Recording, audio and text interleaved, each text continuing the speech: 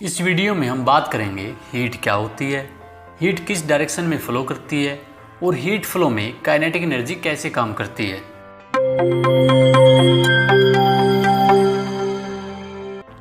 Heat basically form of energy होती है जो एक ऑब्जेक्ट से दूसरे ऑब्जेक्ट में फ्लो करती है। अब बात आती है कि हीट किस डायरेक्शन में फ्लो करती है। हीट हमेशा हॉट बॉडी से कोल्ड बॉडी में फ्लो करती है। मींस हीट हाई टेम्परेचर से लो टेम्परेचर की ओर फ्लो करेगी। कहने का मतलब यही है कि अगर दो ऑब्जेक्ट के बीच में कोई टेम्परेचर डिफरेंस नहीं होगा, मींस अगर दोनों ऑब्जेक्ट सेम टेम्परेचर पर होंगे तो हीट फ्लो नहीं होगी। चलिए इस एग्जांपल से समझते हैं। सपोज आपके पास दो ऑब्जेक्ट है, दोनों में टेम्परेचर डिफरेंस है, मींस एक ऑब्जेक्ट हॉट है और दूसरा ऑब्जेक्ट कोल्ड है। जब आप दोनों ऑब्जेक्ट को आपस में टच करोगे तो हीट फ्लो करना स्टार्ट कर देगी। अभी हमने स्टडी किया है कि हीट फ्लो हॉट ऑब्जेक्ट से कोल्ड ऑब्जेक्ट की डायरेक्शन में होती है। सो अब हॉट ऑब्जेक्ट से कोल्ड ऑब्जेक्ट में हीट फ्लो स्टार्ट हो जाएगा और ये हीट फ्लो तब तक होगा जब तक दोनों ऑब्जेक्ट का टेम्परेचर सेम नहीं हो जाता। जब दोनों ऑब्जेक्ट का टेम्परेचर सेम हो जाएगा तो हीट फ्लो रुक जाएगा। इस कंडीशन को हम थर्मल इक्विलिब्रियम कहते हैं। Heat is also defined as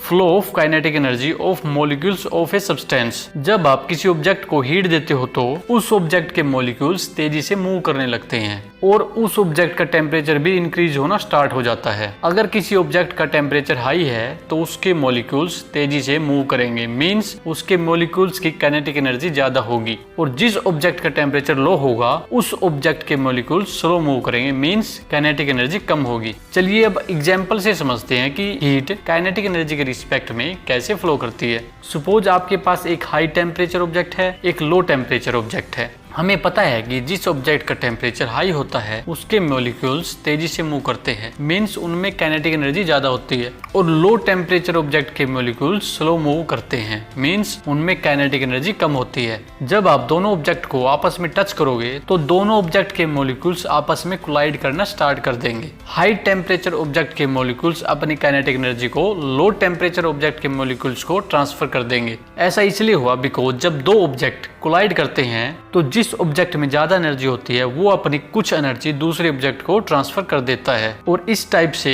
kinetic energy के रिस्पेक्ट में हीट ट्रांसफर होती है। ये प्रोसेस तब तक चलेगा जब तक दोनों ऑब्जेक्ट के मॉलिक्यूल्स की काइनेटिक एनर्जी सेम नहीं हो जाती। जब दोनों ऑब्जेक्ट की काइनेटिक एनर्जी सेम हो जाएगी उस कंडीशन को भी थर्मल इक्विलिब्रियम कहते हैं। चलिए अब वीडियो को रिकैप कर लेते हैं। Heat is a form of energy that flows from high temperature to low temperature, means hot object to cold object. जब दो ऑब्जेक्ट के बीच में हीट फ्लो करना बंद कर देती है, मींस जब दोनों ऑब्जेक्ट का टेम्परेचर सेम हो जाता है, उस कंडीशन को थर्मल इक्विलिब्रियम कहते हैं। Heat is also defined as flow of kinetic energy. जब high temperature object and low temperature object के मॉलिक्यूल्स कोलाइड करते हैं तो हीट का ट्रांसफर होता है। अगली वीडियो में हम हीट की यूनिट्स के बारे में बात करेंगे। अगर आपको इस वीडियो से कुछ सीखने को मिला है तो कमेंट करके जरूर बताएं। वीडियो को लाइक एंड शेयर करें, चैनल को सब्सक्राइब करें और बेल आइकन को भी दबा लीजिए ताकि आप कोई भी वीडियो मिस ना करें। And finally thanks for watching.